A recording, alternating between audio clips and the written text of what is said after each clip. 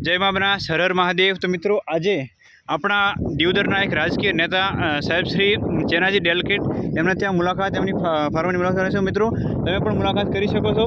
सामे तमे petrol pump जोई रह्या छो। श्री मां बनासना नाम पर ज बनास पेट्रोलियम छे जे आपणा दियोदरथी थरा रोड पर आवेलो छे।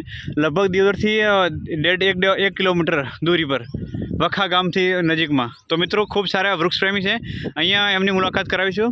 हाँ मैं तमे जो छे कि आपणे आंबानुं झाड़ छे, बहुत सारा एवा फळ लाग्या छे। मित्रों आनी अंदर खासियत झाड़ तो बधाने त्यां होय छे, पण अहींया आपणा चेनाजी साहेबनी महानतानी वात करूं परिवारनी कि जेमणे एक खेतरनी वच्चोवच्च झाड़ ऊभुं छे। बराबर, एમને कोई सायडो नहीं नड़तो कि कोई एमने धोरण में आगा पास थती नहीं। फर्स्ट क्लास एमनी आत्मा खुश है। मित्रों तो साहेब श्री जणावशो तमे अहींथी कोई तकलीफ पड़ी तमने आ झाड़नी? नमस्ते मां बनासना दरेक वीरपुत्रों ने। हाँ हाँ जी साहेब जी। सेदे नड़तुं नथी, थोड़ो पण नड़तुं नथी। वाह वाह, सेदे नुकसान करतुं नथी। हाँ हाँ हाँ, एમને ફળ આપે છે અત્યારે હાલે वाह, કેરી થઈ જશે, केर्यू थई जशे। बहुत सरस। हाँ हाँ, એના માટે છોકરાઓ પણ પેટ પાકશે। वाह वाह वाह, सरस। हाँ हाँ हाँ, કોઈ છાયો નહીં, वाह वाह, कहता હોય। हाँ हाँ हाँ, આપણે કોઈ છાયો નડતો નથી। हाँ हाँ हाँ, બાજરી કેવી છે, वाह, बहुत जोरदार है, बहुत सरस। શું બેસે છે। बिल्कुल बिल्कुल। हाँ हाँ हाँ, मित्रों खेडूतोने चेनाजी साहेब ये संदेश आपे छे कि तमे वृक्षोनो वध न करशो। खेतरनी अंदर जे ऊभा छे, शेडा पर ऊभा छे, जे जूना झाड़ छे, जे पक्षीओनुं घर छे, आपणा सौना माटे प्राणवायुनो एक भंडार छे, जेनो क्यारे वध न करशो, कोई पण नड़तो नथी। तो मित्रों हवे आपणे एमने एक લીમડાની વાત કરીશું તેમના ખેતરની અંદર, એ બી આપણે મુલાકાત કરીશું। તો મિત્રો આપણે જઈ રહ્યા છીએ શ્રી ચેનાજી સાહેબના જે વૃક્ષ છે લીમડાની વાત કરીએ। મિત્રો બહુ વર્ષો પુરાણું આ ઝાડ છે, બહુ પ્રાચીન ઝાડ છે। અને સાહેબ તમે જણાવશો કેટલા વર્ષ જૂનું ઝાડ છે? હરીવા જૂનો છે, જૂનો ઝાડ છે એમના। આપણે થળિયું। વાહ વાહ વાહ, યા। તો મિત્રો આ સંસારની એસી આધુનિક યુગની એસી કુલર બધું જ ફેલ છે જે આ લીમડા નીચે તમે એકવાર આવો, એક ખૂબ સારી આનંદની અનુભૂતિ થાય છે। તમે સામે જોઈ રહ્યા છો વૃક્ષ એવી હરી બિલકુલ લીલી કુંફળ એવી આ લીમડાની પત્તીઓ અને જે એનો મોર છે। તો મિત્રો આપણને આ બધું ફાયદાકારક છે। હવે તમે બતાવશો કેવી રીતે ફાયદાકાર છે કે આની અંદરથી જે મોર છે, લીમડાની કૂણી જે કુંપળો છે ઉપર સૂર્યદેવ ધગધગતા તપતા હોય છે ઉનાળાની અંદર, અને જેની અંદરથી પરસેવો નીકળે।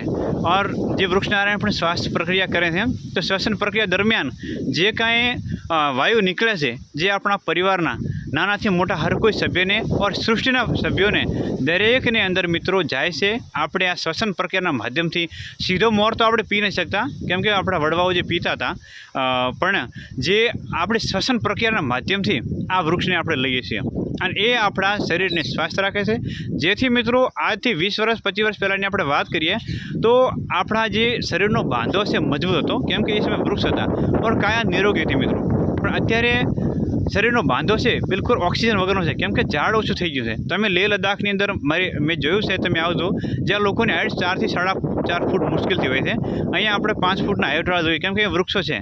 और આવનારા સમય બહુ સારા હાઇટ હતા। હાલ જે જનરેશન છે, તમે 8મા 10મા ધોરણનો છોકરો જોશો કે જેની હાઇટ બહુ ઓછી હોય છે, કેમ કે વૃક્ષ નથી। તો એમના પરિવારને આપણે દિલથી ધન્યવાદ આપીએ છીએ શ્રી ચેનાજી સાહેબના કે જેમણે આ વૃક્ષ સાચ્યું છે, અને ખૂબ ખૂબ આભાર। ચેનાજી સાહેબ તમે આ વૃક્ષ વિશે બે બોલ કહેશો ખેડૂતોને અને આપણી મા બનાસના દરેક વીરપુત્રોને? નમસ્તે। મારા ત્યાં નાના મોટો પરસેવો હોય ને जी, તો મંડપની કોઈ જરૂર નહીં। वाह, सुपर। हाँ हाँ हाँ, 25-30 ખાટલા ઢાળવાના હોય, हाँ हाँ हाँ, લીમડા નીચે બધું એનો સમાવેશ થઈ જશે। बिल्कुल बिल्कुल, મંડપથી હા, એક તો ખર્ચો बची जाए છે। हाँ हाँ हाँ हाँ, કુદરતી बिल्कुल कुदरती छांयडो, कुदरती छांयडो, बिल्कुल। છાંયડો। बिल्कुल આ बिल्कुल, બધી રીતે સરળતા યા, આવે એટલે લોકો યા, એવું થતું હોય बिल्कुल। हाँ हाँ, 2 કલાકમાં बिल्कुल। ખતમ નીકળી ગયું, हाँ हाँ हाँ, 4 કલાક થઈ જાય। 4 કલાક બે છે। हाँ हाँ, बिल्कुल बिल्कुल। हाँ हाँ, या हाँ हाँ जी, बिल्कुल। हाँ हाँ हाँ, मित्रों चेनाजी साहेब बताई बात कि मंडप जे આપણે પ્રાકૃતિક અપ્રાકૃતિક જે મંડપ વધીને સાઈડો કરાવતા એની અંદર પરસેવો ઘણો છૂટતો હોય છે। અહીંયા કોઈ માણસ બેસી શકતો નથી, પણ તમે જે સાહેબે વાત કરી જે પ્રસંગની અંદર લીમડાના સાઈડે એ લોકો બેસે તો એની અંદર એક અલગ અનુભૂતિ થાય છે એક છાવડાની, અને મંડપના છેડા તમે બેસો કેટલો ફરક હોય છે એમ કે જે સાહેબની વાત બિલકુલ સાચી છે એમ કે। તો મિત્રો હર હર મહાદેવ, મા બનાસી જય।